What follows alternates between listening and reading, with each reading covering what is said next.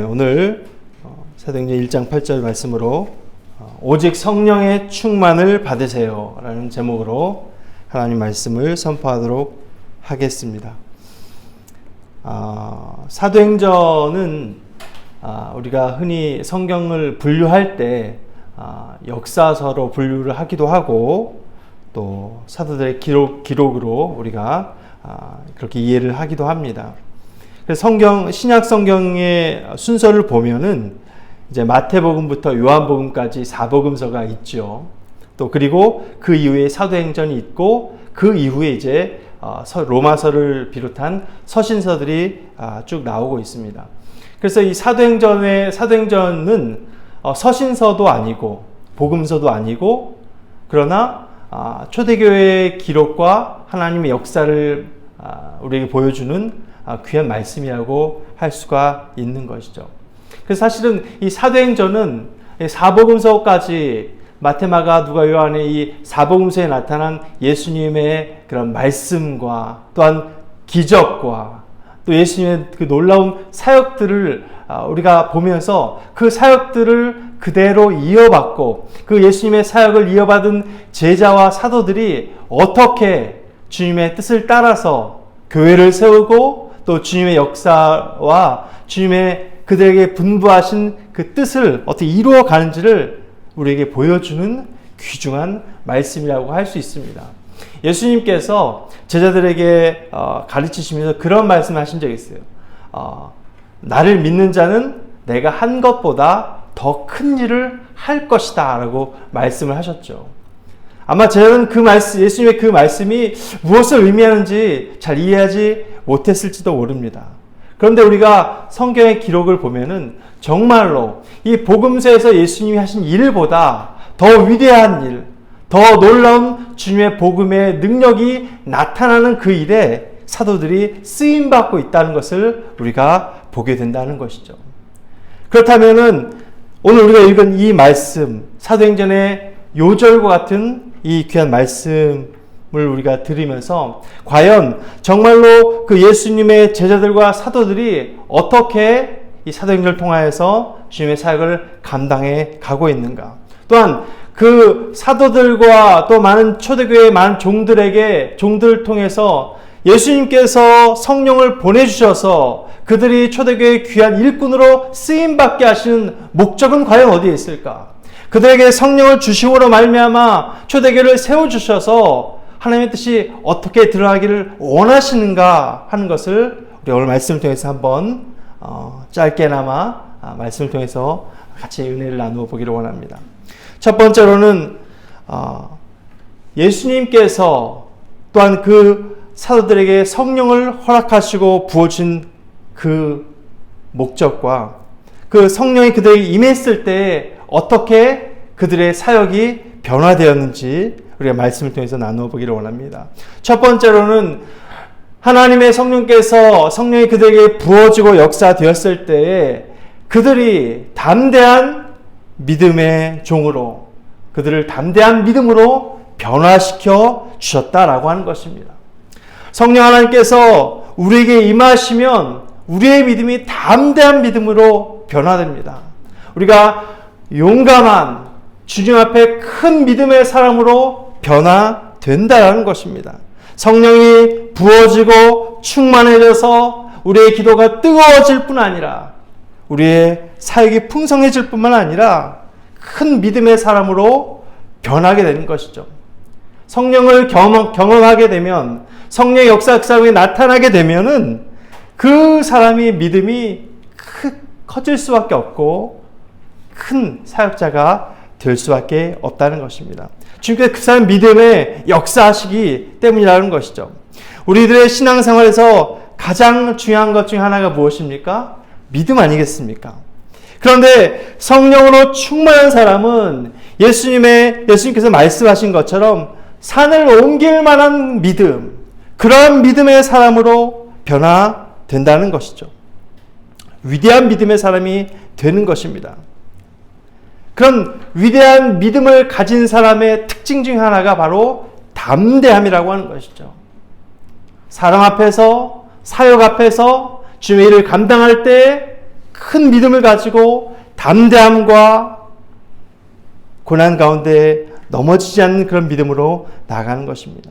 내 앞에 주어진 이 하나님의 일, 내게 맡겨주신 이 하나님의 일을 내가 감당할 때 사람들이 나를 어떻게 생각할까? 사람들의 시선을 보고 혹시 나 이 일을 하면서 실패하지 않을까 근심하는 것이 아니라 내게 주신 그 주님의 사역, 또한 나의 인생의 모든 일들을 주관하시는 분, 성취하시는 그분 앞에서 전능하신 하나님 아버지께서 이루실 것이다. 나와 함께 하시는 그 하나님 아버지께서 온전히 성취하신다, 이루신다, 담대하게 선포하면서 나갈 수 있는 것입니다. 성령 충만한 사람에게는 그런 담대함과 확신이 나타나게 되는 것이죠. 그런 큰 믿음을 잘 보여주는 사람이 있습니다. 바로 사도행전의 베드로 사도가 그런 사람입니다.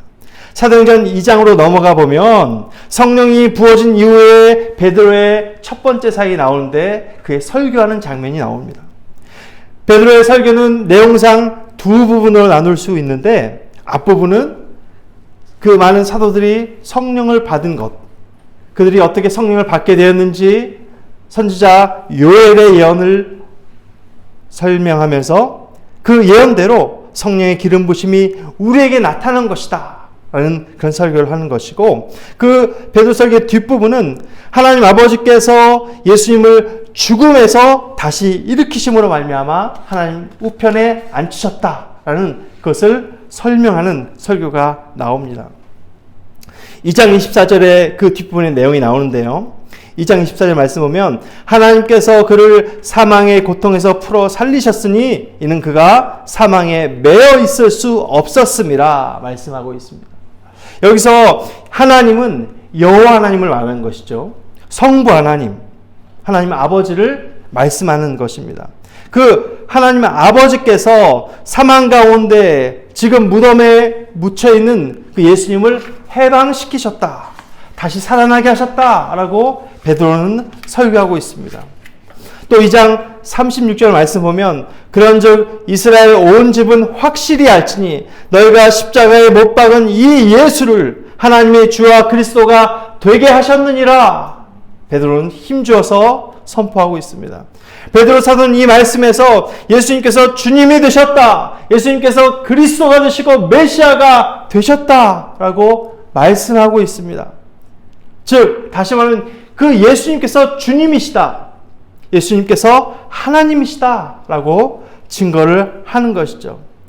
이 베드로의 설교 말씀을 우리가 듣게 되면은 사실 우리가 아는 그런 믿음에서 우리가 아는 그 성경 지식에서 너무나 당연한 말씀이죠.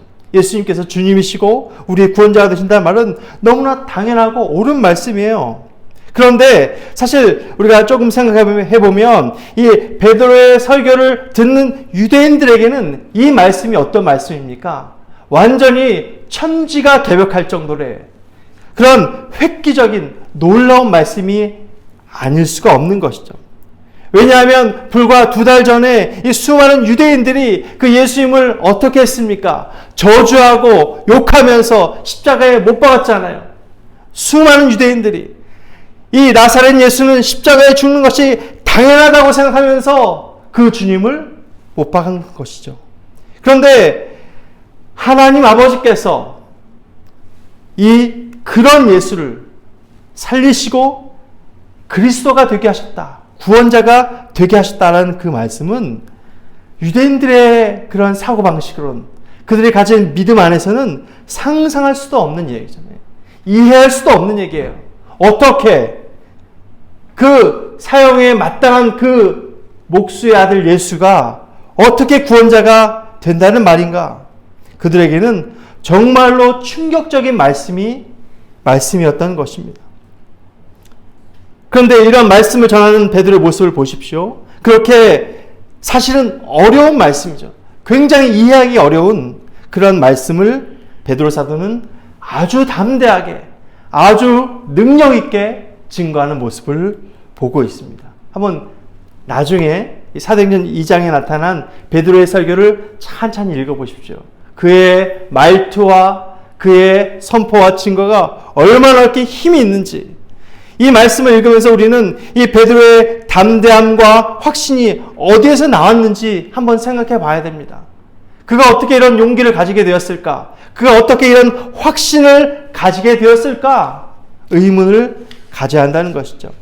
베드로에게 부어진 성령 하나님은 과연 어떤 분이시길래, 도대체 그가 어떤 능력을 받았길래, 어떤 능력이 그에게 부어졌길래 그렇게 힘 있는 말씀을 증거할 수 있었을까요?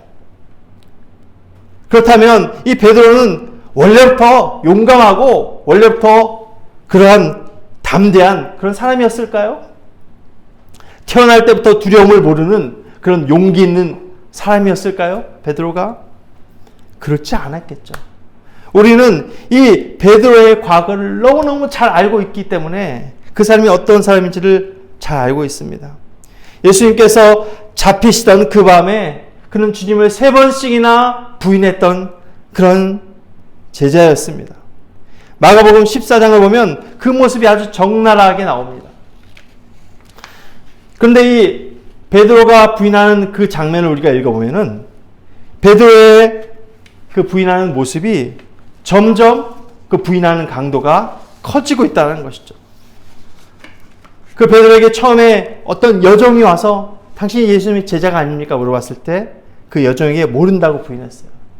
두 번째는 그 주위 사람들에게 난 예수를 모른다 라고 그렇게 얘기했어요.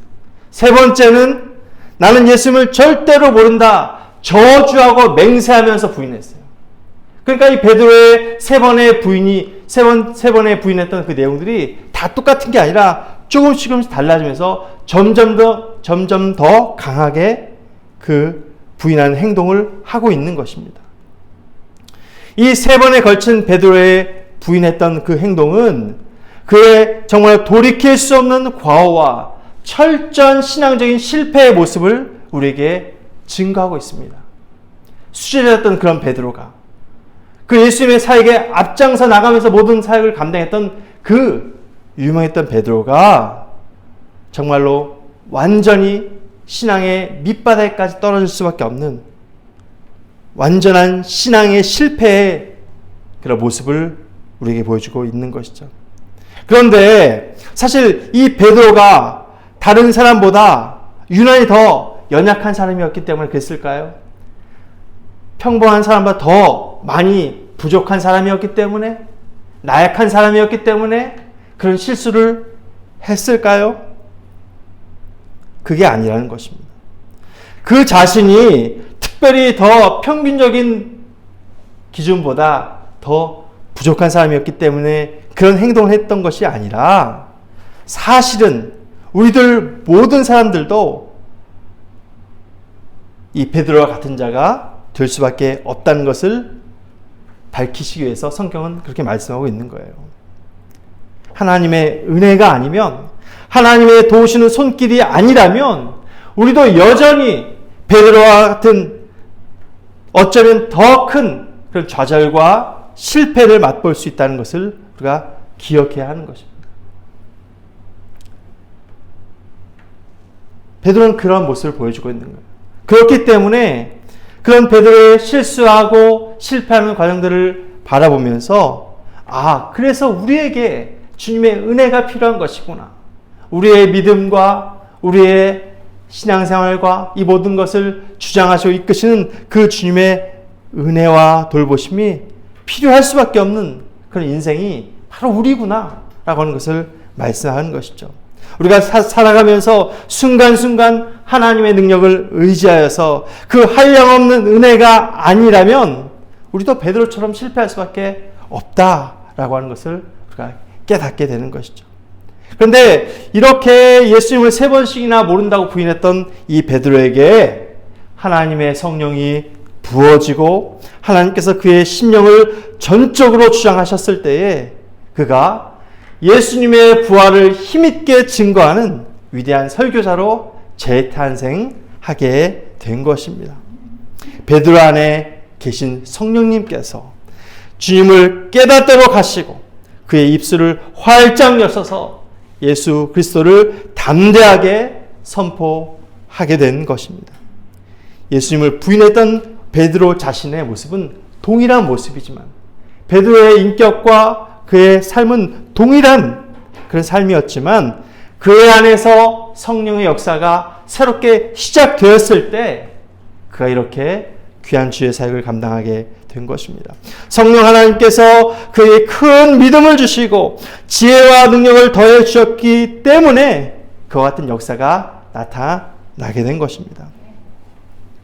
아마도 우리의 심령 안에는 나의 인격과 나의 인생 가운데는 이렇게 베드로가 실수했던 것 같은 그런 결점과 실패와 과오가 있을 것입니다. 정말로 베드로처럼 철저한 신앙의 실패를 경험했던 그런 순간들이 아마도 우리의 가운데 있을 수 있습니다. 그러나 성령 하나님께서 우리에게 임재하시고 나타나신다면 성령님의 강권적인 손길을 통해서 우리의 전 인격이 온전히 붙잡히게 된다면 그런 초라했던 나의 모습, 나의 그런 연약했던 나의 결점, 실패, 그런 과오까지라도 능히 다 덮어버릴 만큼 위대한 능력, 놀라운 주님의 은혜를 성령 하나님 우리에게 부어주신다고 하는 것입니다. 내가 기대하지도 못했던 그런 위대한 능력과 권세를 나의 머리에서부터 넘치도록 풍성하게 부어주시고 역사하심으로 말미암아 이 마가복음 14장에 나타난 그런 실수하는 베드로가 아니라 사도행전 2장의 베드로처럼 위대한 주의 종으로 사용해 주실 것입니다.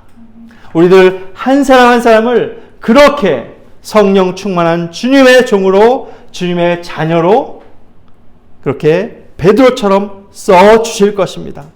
사도행전에 나타난 이 베드로 사도는 우리에게 담대한 믿음의 본을 너무나도 분명하게 보여주고 있습니다. 성령 하나님께서 어떤 한 사람에게 임하실 때에 그의 성품과 사역과 믿음의 역사가 어떻게 달라지는지를 우리에게 너무 뚜렷하게 보여주는 귀한 모델이라고 하는 것입니다. 그런 베드로의 모습을 보면서 성령 충만함을 구하고 담대한 믿음의 사람, 큰 믿음의 사람이 되기로 결단하는 성도님들 되시기를 예수님의 이름으로 축복합니다. 두 번째로는 예수 그리스도가 구원자이심을 증거하게 된다는 것입니다. 우리에게 성령이 충만하게 임할 때에 성령 하나님은 예수 그리스도의 복음으로 무장한 전도자로 우리를 써주신다는 것입니다. 우리가 평범한 신앙생활 하던 우리를 복음으로 무장한 전도자로 우리를 변화시키시고 전도의 사명을 감당케 하신다는 것이죠. 이처럼 12 사도들에게 성령이 임할 때에 그들은 예수 그리스도를 담대하게 선포하고 증거하면서 전도 사명을 감당했습니다. 또한 그 사명을 통해서 복음이 전파되고 많은 사람들이 예수 그리스도의 생명을 경험하고 그 생명을 경험하고 구원받는 역사가 나타난 것입니다. 그래서 이 사도행전의 수많은 장면들과 그런 기록들 속에서 성령 충만한 종들이 곧 무엇이었습니까? 전도자였죠. 성령 충만함을 받은 그 종들이 바로 전도자로서 쓰임받게 된 것입니다. 그래서 이 성령 충만과 전도는 사실은 적어도 사도행전뿐만이 아니라 성령 충만함과 전도라는 두 말은 사실 떼어놓고 생각할 수가 없습니다. 동일한 말이죠. 성령 충만함이 임할 때에 전도의 능력과 그런 사명과 그런 결단이 임할 수밖에 없는 것이죠. 또 전도를 하기 위해서 영혼 구원의 종들 우리를 사용하시기 위해서 하나님께서 우리에게 성령을 부어주신다는 것입니다. 단지 이 사도행전의 말씀만이 아니라 우리 2000년의 기독교 역사를 놓고 보아도 이 성령 충만함을 통해서 많은 영혼 구원의 역사가 동시적으로 나타났음을 우리는 잘 알 수 있습니다. 그만큼 성령 충만과 전도는 매우 밀접한 관계에 있다는 것입니다. 그렇다면 성령으로 충만할 때 전도자에게는 어떤 능력이 나타날 수 있습니까? 성령의 역사가, 어떤 역사가 전도자에게 복음을 증거하게 하는 것입니까? 그것은 먼저 이 전도자 자신이, 성령 충만함을 받은 그 사람 자신이 예수 그리스도가 구원의 이름이신 것을 깨닫는 은혜가 나타납니다. 그리고 이 예수 그리스도의 그 이름이 구원일 뿐만이 아니라 그 예수 그리스도의 그 이름의 능력을 경험하는 그런 은혜가 있는 것입니다. 예수님의 이름, 오직 예수, 그 예수만이 단 하나의 구원의 이름인 것을 깨닫고 그 이름을 담대히 증거하게 되는 것입니다. 한번 생각해 보십시오. 이 초대교회 성도들이 전도하면서 오늘날처럼, 오늘 우리가 쓰는 것처럼 그런 번듯한 전도용품이나 또한 그 전도의 시스템, 전략, 또한 전도의 그런 계획들이 그들에게 있었을까요? 화려하고 이 멋진 전도지, 우리는 많은 것을, 그런 것을 많이 보지만은 그런 것이 그들에게 과연 있었겠습니까? 사람들이 좋아할 만한 그런 전도 선물이 그들에게 있었을까요? 당연히 없었겠죠. 초대교회는 그런 전도 방법이 전무했을 것입니다. 전혀 없다는 말이에요. 그들은 아무것도 가진 것이 없었습니다. 전도에 대한 어떤 방법도, 계획도, 매뉴얼도, 어떤 요령도 아무것도 없었습니다. 그들에게는 오직 하나, 예수 그리스도, 오직 예수, 그 이름밖에 없었다는 거예요. 그들은 그 오직 예수 그리스도 그 이름만을 붙들고 나가서 증거하며 생명을 전했습니다. 그럼에도 불구하고 그들의 눈빛과 그들의 선포한 그 외침 가운데 놀라운 능력이 있었습니다. 왜냐하면 그들은 예수 그리스도의 이름이 무엇을 의미하는지를, 그 예수 그리스도의 생명이 무엇인지를 그들은 확신했기 때문에 단지 예수님의 이름 하나만으로도 전해야 할 이유가 너무나 분명했고 증거해야 할 확신이 너무 뜨거웠기 때문에 오직 그 이름 하나만 가지고도 전도 사명을 힘있게 능력있게 감당했던 것입니다. 사도행전 4장 12절 말씀 보니까 다른 이로서는 구원을 받을 수 없나니 천하 사람 중에 구원을 받을 만한 다른 이름을 우리에게 주신 일이 없음이라 베드로는 설교하고 있고, 또 사도행전 16장 31절에 이르되 주 예수를 믿으라 그리하면 너와 내 집이 구원을 받으리라, 이렇게 사도 바울은 선포하고 있습니다. 이처럼 성령 충만 전도자들의 그 증거를 들으면서 그들이 얼마나 영광스러운 사명들을 감당했는지, 그러한 사역의 주인공이었는지를 우리가 깨닫게 됩니다. 이렇게 성령 충만 전도자가 또 누가 있을까? 우리가 한번 생각해 보면 아마 사도 바울을 빼놓을 수 없을 것입니다. 그리고 그의 복음에 대한 위대한 고백들이 성경에 아주 잘 나타나 있습니다. 우리 로마서 1장 16절 한번 찾아서 한번 읽어보시겠습니다. 로마서 1장 16절, 신약성경 239페이지 로마서 1장 16절 말씀. 로마서 1장 16절 말씀, 우리 잘 아는 말씀인데요. 우리 한번 다 같이 읽어보겠습니다. 시작. 내가 복음을 부끄러워하지 아니하노니 이 복음은 모든 믿는 자에게 구원을 주시는 하나님의 능력이 됨이라. 첫째는 유대인에게요 또한 헬라인에게로다. 아멘. 이 복음을 내가 부끄러워하지 않는다. 이 복음은 모든 믿는 자에게 구원을 주시는 하나님의 능력이 된다라고 사도 바울은 선포하고 있습니다. 이 말씀에서 바울은 이 복음, 곧 예수 그리스도의 이름을 부끄러워하지 않는다라고 선포하고 있습니다. 왜냐하면 내가 왜 예수님의 이름, 이 복음을 부끄러워하지 않는가? 왜냐하면 그것이 능력이 되기 때문에, 구원을 주시는 하나님의 역사이기 때문에 그것을 부끄러워할 수 없다라는 것이죠. 예수님의 이름, 그 당시 대부분의 예수 그리스도를 들었던 많은 사람들에게는 예수 그리스도가, 예수님이 사형수의 이름이었잖아요. 가장 흉악하고 가장 극악한 범죄자들만을 처형하는 그 사형틀에서 죽임당한 그런 사형수의 이름이었기 때문에 그 이름을 언급하는 것 자체도 꺼릴 수밖에 없고 부끄러워할 수밖에 없고 멸시받을 이름이라고 많은 사람들이 생각했다는 것이죠. 그래서 이 예수님께서 십자가에서 죽으셨다는 그것을 전파하는 것 자체가 굉장히 어려운 일이었습니다. 부끄럽고 수치스러운 일이었다는 것이죠. 그만큼 이 십자가라는 말이 예수님 당시에는 모든 사람들이 회피하고 고개를 절레절레 저을 정도의 그러한 부끄러운 말일 수밖에 없었던 것입니다. 세상 모든 사람이 이 십자가 예수님의 이름을 부끄러워하고 외면하고 있기 때문에 전도자들도 사실은 그 예수님을 증거하는 것이 쉽지 않은 일이었고 상식적으로 이 전도가 어려운 일이 될 수밖에 없었다는 것입니다. 그런데도 바울은 자신이 이 복음을 부끄러워하지 않는다고 선포하고 있습니다. 복음에 바로 구원하시는 하나님의 능력이 숨겨져 있기 때문에 또한 그 능력을 자신은 확신하고 있기 때문에 내가 더 이상 예수님의 이름을 부끄러워할 수도 없고 그것을 수치스럽게 생각하지 않는다. 오히려 더 자랑스럽게 더 떳떳하게 주님의 이름을 증거할 수밖에 없다라고 바울은 말씀하고 있는 것입니다.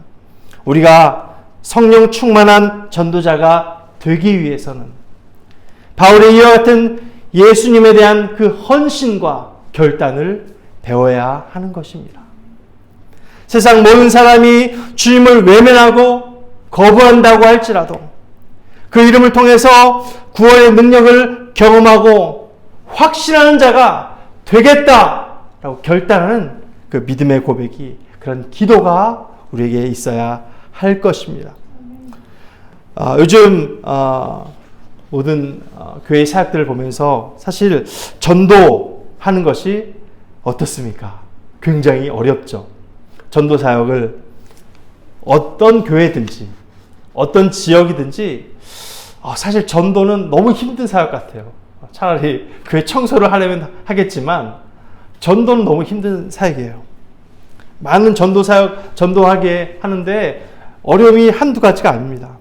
여러 가지 코로나 상황 때문에 그렇기도 하고 더욱이는 이 교회에 대한 반감과 거부감 때문에 이 전도에 많은 제한과 제약을 받을 수밖에 없는 것이 사실입니다. 그런데 그러한 상황들 속에서도 하나님께서는 우리들에게 성령을 부어주시고 우리들 각자가 이 바울처럼 베드로처럼 헌신된 전도자들로 쓰임받기를 원하신다는 것입니다.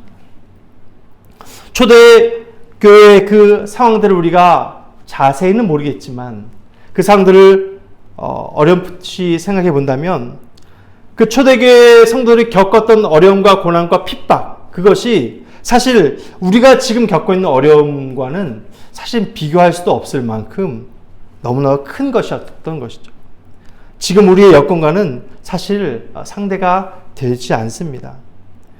그러한 큰 핍박과 고난을 받으면서까지 사실 그들은 오히려 그런 어려움 속에서도 전도의 능력과 구원의 열매들을 더 풍성하게 나타냈다라고 하는 것을 우리가 기억할 필요가 있습니다. 그래서 지금 이 시기가 전도가 어려운 때라고 전도의 열매가 점점 사라져가는 그런 시기라고 우리가 생각하고 있긴 하지만은 그럼에도 불구하고 우리는 더욱더 이 초대교회 사도들을 바라보면서 그들의 심령 가운데 불타올랐던 그런 전도의 열정들 그들의 마음속에 능력이 되었던 그 이름 예수 그리스도를 나도 갖기를 원합니다. 우리가 고백하고 결단하는 우리가 되어야 할 줄 믿습니다. 왜냐하면 하나님께서는 오늘날 우리들에게도 나에게도 이 사도들에게 부어주셨던 것과 동일한 성령 충만을 부어주시기를 원하고 동일한 전도의 사명자들로 우리를 부르시고 있기 때문입니다. 그 주님의 음성을 우리가 듣고 깨닫고 하나님 저도 이처럼 위대한 전도의 사명자가 되기를 원합니다. 예수님을 증거하는 성도가 되기를 원합니다. 결단하는 우리 모두가 되시기를 주님의 이름으로 축복합니다. 세 번째로는 성령 충만함이 임할 때에 그들 초대교회 모든 성도들이 초대교회가 위대한 사랑의 능력을 나타냈다라고 하는 것입니다. 성령이 임할 때에 그들이 위대한 사랑의 능력을 나타내고 증거하는 그러한 종들이 되었습니다. 사도행전에서 성령이 부어진 후에 나타난 아주 놀라운 사건이 여러 가지가 있는데 가장 큰 사건 중에 하나는 바로 교회가 세워졌다는 것입니다. 성령을 체험한 이후에 그들 가운데 교회가 세워졌어요. 공동체가 만들어지게 되었습니다.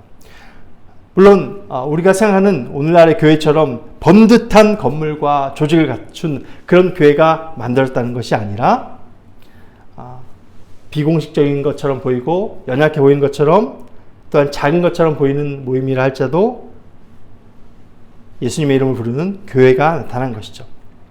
그런 조직이라든지 건물이라든지 외형적인 것은 없었지만 그럼에도 불구하고 초대교회 성도들 역시 하나님의 이름을 부르면서 찬양하고 예배하고 간절히 기도하며 사역했던 그러한 교회 공동체를 이루었습니다.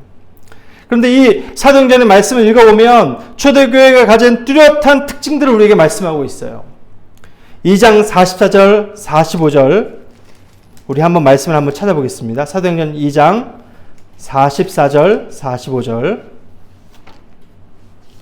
사도행전 2장 44절에서 45절 말씀 우리 한번 읽어보겠습니다. 시작. 믿는 사람이 다 함께 있어 모든 물건을 서로 통용하고 또 재산과 소유를 팔아 각 사람의 필요를 따라 나눠주며 4장 32절 말씀도 한번 읽어보겠습니다. 사도행전 4장 32절 한번 읽어보겠습니다. 시작. 믿는 무리가 한 마음과 한 뜻이 되어 모든 물건을 서로 통용하고 자기 재물을 조금이라도 자기 것이라 하는 이가 하나도 없더라. 아멘. 이 2장 44절 말씀과 4장 32절 말씀을 읽어보면은 우리가 이 말씀도 또 몇 번 듣기는 했지만 사실 이 말씀을 가만히 생각해보면 사실 좀 이해가 잘 안 되는 것 같은 그런 말씀이라고 할 수 있죠. 이 초대교회의 특징 중에 하나가 바로 성도들이 물질을 가지고 자기 물질을 가지고 자기 소유를 가지고 재산을 가지고 교회와 성도를 위해서 희생적으로 섬기며 헌신했다라는 그 내용이 이 말씀의 내용입니다. 그러니까 자기 물질을 가지고 헌금한 것을 포함해서 헌금뿐만이 아니라 섬기고 희생하고 이 말씀을 읽어보면은 근데 이 말씀의 내용들이 그 뉘앙스나 말씀의 내용들이 그 성도들이 자기의 것을 완전히 희생하면서 주님 앞에 바치기로 내가 결단해야지. 내가 어려운 성도를 해서 내 옷을 팔아야지, 내 물건을 팔아야지 이렇게 결단하고 희생하면서 하는 것이 아니라 그랬다기보다는 그냥 아무런 거리낌 없이 그냥 나눠야지, 그냥 섬겨야지 너무 자연스러운 거예요. 희생하면서 막 하는 그런 게 아니라 그냥 그것이 그냥 삶의 자연스러운 모습처럼 습관처럼 그런 모습을 우리가 보게 되는 거죠. 그러니까 이 사람들이 때를 정해서 이번 주는 꼭 이걸 해야지 이런 차원이 아닌 거예요. 그냥 편안하게 그것이 그의 삶의 일부가 되어버린 거예요. 아무런 거리낌 없이 오히려 감사함으로 서로 섬기고 헌신했다는 것을 우리가 깨닫게 되는 것입니다. 내가 저 사람을 위해서 우리 교회를 위해서 희생해야 되겠다. 나의 소유를 가지고 섬겨야지. 의도적인 것이 아니라는 얘기죠. 아마 교회 안에, 이 성도들 안에 그런 섬김의 모습이, 그런 헌신의 모습이 처음부터 있었다는 거예요. 원래부터 그런 삶을 살게 되었다. 4장 32절 말씀처럼 이 재산과 소유를 다른 성도들에게 아무런 대가 없이 나누고 섬기는 것을, 그런 모습을 우리가 생각해 본다면 자기 소유를, 자기 아파트를, 자기 차를, 자기 통장의 돈을 아무런 대가 없이 그냥 다 나눠주고 이건 내게 아닙니다 라고 이렇게 나눠주고 헌신할 수 있는 그런 모습을 오늘날의 교회들도, 오늘날의 성도들도 그렇게 할 수가 있을까? 제가 한번 설교를 주면서 그런 생각을 해봤어요. 이 말씀처럼 내 것이 아니라고, 내 것임에도 불구하고 내 것이 아니라고 이렇게 나누면서 섬기는 모습을 오늘날의 성도들도 그렇게 할 수 있을까? 오늘날의 목사님들도 그렇게 할 수 있을까? 이 초대교회 성도들의 모습 그대로 100% 못한다고 할지라도 그들의 모습에 정말 100분의 1이라도 우리가 따라할 수 있을까? 정말 쉽지 않을 것 같아요. 그리고 또 그렇게 하는 교회를 물론 구제와 섬김에 아주 특화된 교회들이 있긴 합니다만은 그렇게 자기 재산까지 내놓고 헌신하면서 섬기는 교회와 성도들이 들어본 적도 없는 것 같고요. 오늘날의 교회가 이런 교회의 모습을 따라갈 수 있을까? 굉장히 힘들 것 같아요. 차라리 순교하는 게 더 쉬울 것 같아요. 그래서 우리가 이 말씀을 읽으면서 우리가 이 말씀 그대로 우리가 살아봅시다. 이 초대교회 성도들처럼 자기의 재산이라도 소유하지 않고 주장하지 않고 이렇게 헌신하고 섬기는 그런 모습으로 살아갑시다. 그렇게 헌신한 성도들, 그런 목사들도 거의 없는 것 같습니다. 그렇다면 왜 오늘날의 목사와 성도들은 그렇게 살아갈 수 없습니까? 왜 그렇게 살아간다는 이야기를 우리가 들어볼 수가 없을까요? 왜 이런 초대교회 같은 헌신과 섬김의 모습을 우리가 기대하기가 어려운 걸까요?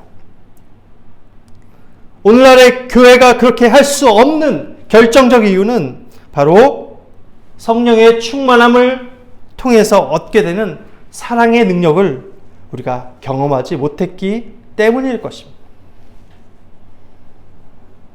성령을 통해서 우리 안에 나타나는 그 하나님의 사랑을 풍성하게 경험해 본 적이 없기 때문에 그런 자기의 재산이라든지 자기 것을 나눌 수 있는 사랑에까지 갈 엄두도 내지 못하고 그래서 흉내도 내지 못하는 거죠.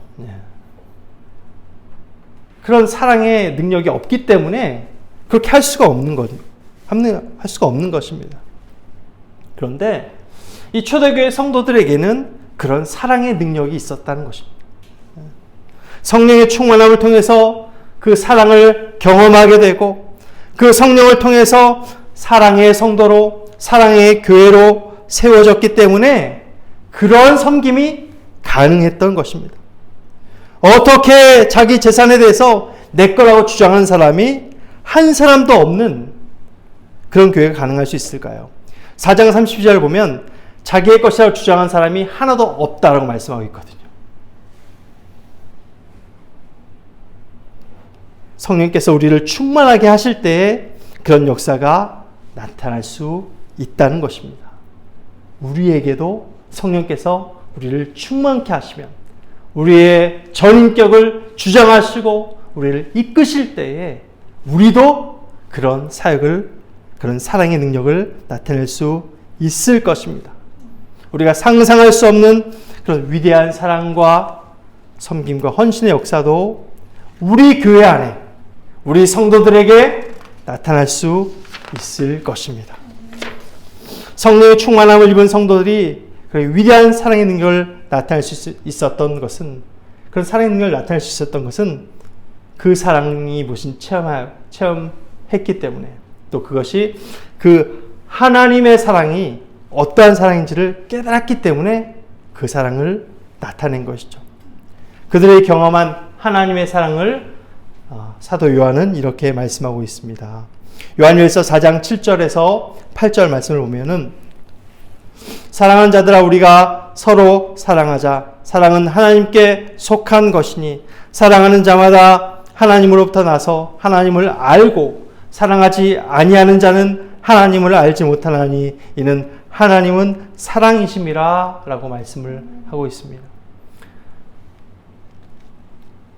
사랑은 하나님께 속한 것이다. 그러니까 초대교회 성도들 성령의 능력이 임할 때에 그들이 경험한 사랑은 하나님께서 나를 이렇게 사랑하시는구나.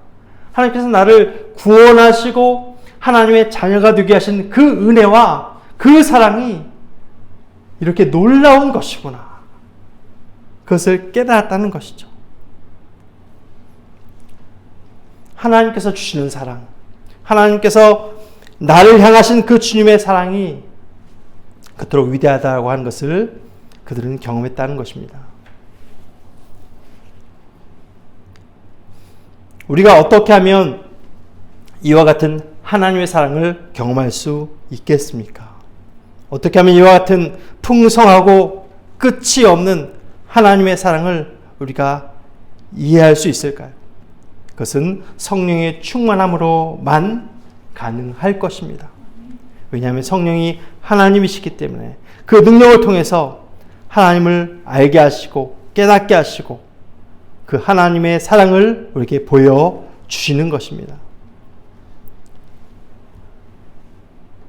성령 충만함을 통해서 사랑의 능력을 나타냈던 이 초대교회 성도들을 보면서 그런 사랑의 도전과 섬김의 결단을 다짐하는 성도님들 되시기를 바랍니다.